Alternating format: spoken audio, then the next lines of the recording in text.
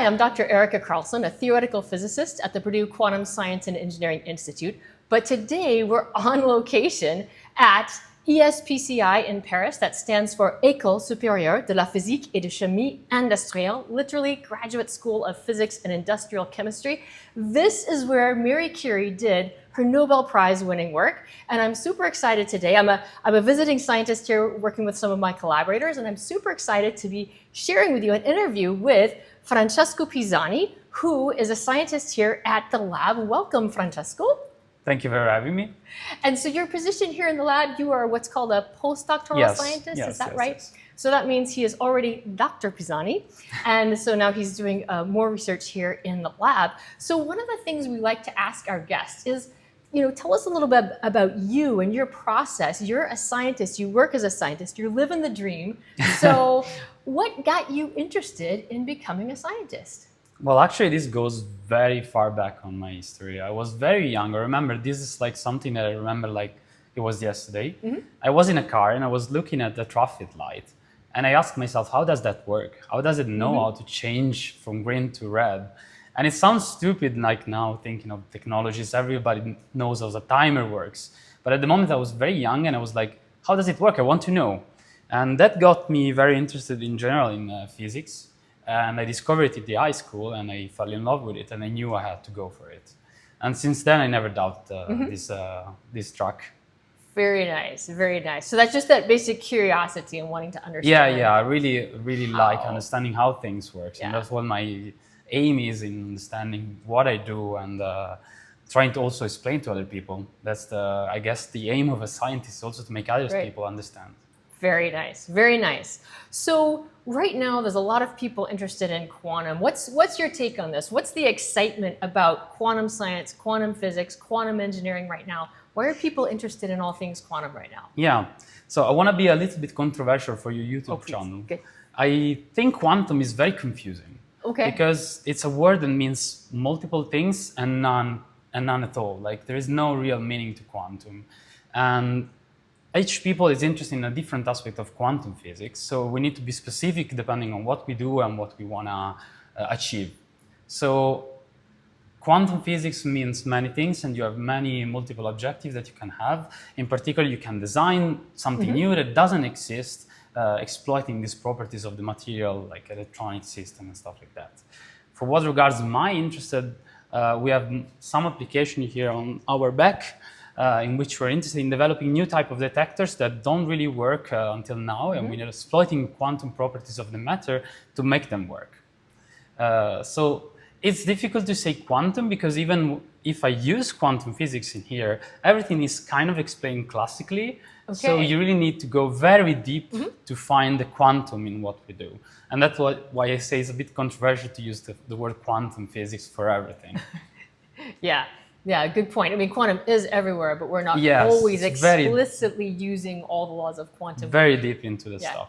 Very nice, very nice. So you're here in the lab, you're a researcher, you do science here in the lab. Can you tell us a little bit about what your work is like? And, you can tell us a little bit about what your day is like in the lab, but also we're curious about what you work on with all this cool equipment. Sure.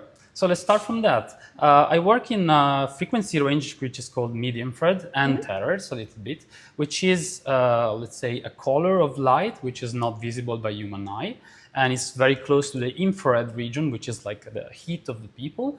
And it's a very interesting frequency for many different applications, one of which is telecommunication.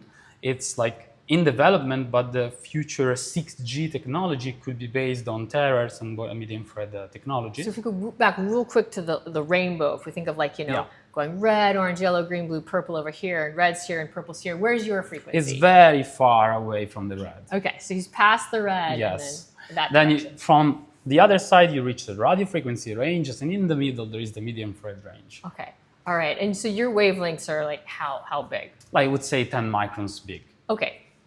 Very small for what we are used to, but very big compared to the visible range. Okay, so like about the width of a human hair. Yeah, exactly. Your wavelengths that he's working on. Cool. All right, go ahead. Keep going. One of the applications is the telecommunication, but there is also other application, for example, art restoration or even medical application. Really? Because this frequency can actually go through tissues. Okay. like the skin, Okay. but it cannot be absorbed by it's reflected by the bones. So, for Okay. example, you Oh, can do wow. radiography, but Okay. with a wavelength which is not harmful for the skin. Wow. So like X-rays on the opposite Exactly, side, right? X-ray is exactly. X-ray is a way to image bones, Yeah. but it's on the very high energy side, and we can't have Exactly. too much of it. But your Yeah, your since it's stuff very is, since it's very a high energy Interesting. side, it will break your DNA and will Yeah. damage your cells, so you cannot have too many. but not your method. Yeah, exactly. Our method is very low energy, way Interesting. lower than visible, so it's Yeah. absolutely not harmful, and we'll Nice. still have a picture of your bones. Of course, the resolution is lower, but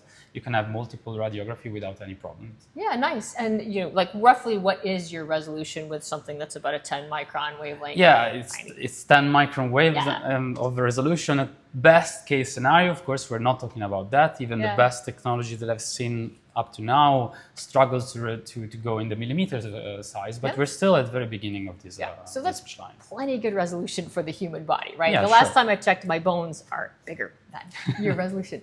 That's really cool. And so tell us a bit about the science you do with this technique. What do you apply it to, and what kind of questions are you trying to answer? So what I do is actually more fundamental physics rather than applied. And what I study is what is called strong light matter coupling, which is, if you want, another way to exploit properties of materials and modify them. You know that quantum materials means that you can exploit one properties of the electrons to achieve something that is not really achievable by standard means.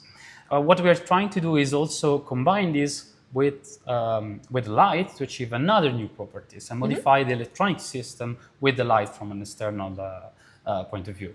So I don't know if you have like material with, I'm gonna be maybe a bit technical, with interband transition, meaning that the material absorbs light at a certain frequency. You can put it inside of a microcavity, and since it's strongly coupled with this microcavity, now it will absorb a different frequency. Okay. So this is interesting because it means that you can start from like common material, like I don't know, silicium or whatever wafer type of material that you can use, and now you create something which is not related to the material. It's an external cavity, and you modify the properties of the material itself. Okay, just So by the environment that this Exactly. material is in. When you're talking about this cavity, you put the material in. So, for example, you actually, in your everyday experience, you have experience with cavities for electromagnetic radiation because you use a microwave. Okay, a microwave is a Yes. place where those wavelengths are, and those are about this long wavelength, they're getting concentrated in order to cook your food. So he's doing something on a much smaller scale. How Yes. big is your cavity that you? So we're talking Work with. about 1 micron dimensions. Okay, Yes, okay. really, really small. Really small stuff. Yes, Okay. you can think about 2 meters, but Okay. instead of having it like this direction, they're really close to each other. Nice. A few microns or even less Nice. sometimes, depending on which application we want to target. Nice. And so then that local environment is changing how the photons that are coming in interact with your Exactly. material. Or rather, the photons interact with materials in a way that the okay. material itself is changing the response to the light. Nice, nice. And tell us again the name of the materials you've been working on? So I'm working a lot with quantum well, which Okay. is a material it is an heterostructure based on semiconductors. I work on aluminum gallium arsenide based quantum wells. There is many types of quantum wells that you can make, and in our case, this creates an electronic potential which has the shape of a well. That's why Okay. it's called quantum well, and the electron fall in the well. So can I think of your quantum well as a little bit like an electron bucket? Exactly, Okay. it's an Quantum electron bucket?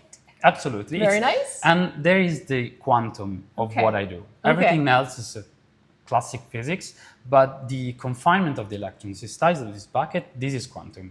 The electron inside of this well will absorb the light at a specific frequency, and this is determined fully from quantum mechanics. Very nice, very nice. So inside this electron bucket then, the wave function of the electron is going to have a particular shape it can take. And then when the electron changes its energy level, it goes in a totally different shape. Yes. And I think at that point you could make an analogy maybe between, say, the floors on an elevator Absolutely. and the energy of your electron. It's got to absorb a particular Absolutely. quantum of Yes, photonic energy. if you want to go to the next floor. Nice. But now imagine you put this Yeah. in a cavity and you strongly modify this material. Now you're not in the second floor, you're something in between. Okay. Because the cavity itself is changing the properties of the material. Very nice, very nice. Very cool stuff. Thank you. All right, well, thanks for sharing with us a little bit course, it was a about pleasure. your work. And we'll see you again on the next episode of The Quantum Age. Goodbye.